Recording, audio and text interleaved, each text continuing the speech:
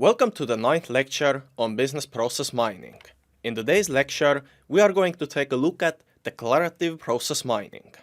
And for those of you who are wondering where are the previous 4 videos, well, those videos have been recorded by my colleague Gamal El-Koumi. Those videos are available on his channel and also on the same playlist where this video is posted in. But let's continue with declarative process mining. In this part of the lecture, I am going to give you a general overview of what the declarative approach itself is about. So the declarative approach, in a nutshell, describes a business process in terms of what rules are followed by the process, allows flexibility in deciding how these rules are fulfilled. For example, X and Y can only occur after A has occurred. Note here that the exact order and possibility of repetitions of X and Y is left open. Let's take a further look at this rule. So if this is the only rule about our process, then what would be the positive examples that are allowed? For example, obviously, A, X, Y. As the rule specifies, A occurs and then X and Y can occur. However, also AX, because the rule doesn't say that Y has to occur. And actually, A alone is also valid, because X and Y are not required to occur. The rule only specifies that they can occur. Furthermore, even B is fine, because the rule doesn't specify anything about B. However, the rule still specifies some things about the process.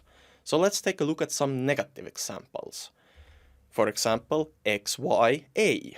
Now, X and Y occur before A, and this is not allowed by the rule that we currently are looking at.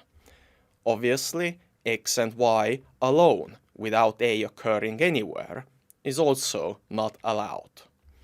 X alone would not be allowed, and Y alone would not be allowed. So those would be like positive and negative examples of how you can specify some parts of the process through some simple and easily understandable rules. But what would be the motivation? Why would we want to do it? Why would we want to specify a business process in terms of rules? It comes down to this. Business processes are different. Some are simple and can be modeled both fully and also in a mostly understandable way. For example, a simplified version of the device repair event log that we have looked at previously. This is all the activities, all the arcs. It might take you a moment to follow everything, but you can easily do it. However, some other processes are too big to model both fully and also in an understandable way. For example, the sepsis cases event log that we have looked at previously. This is all the activities and all the paths between them. Here, you can go through all of the paths manually, but it's going to be tricky to gain a full understanding of the process because, well, there is quite a few arcs. Somewhere the process goes back to the earlier state and so on. It is going to be tricky to understand what is actually going on here without simplification or without representing the process in a different way. Additionally, some processes are inherently too flexible to be fully modeled. For example, imagine the treatment process of any disease. Have that process in your mind for a moment. And now combine it with every potential set of allergies that each individual patient may have, and multiply those pathways by the different severity levels of those allergies.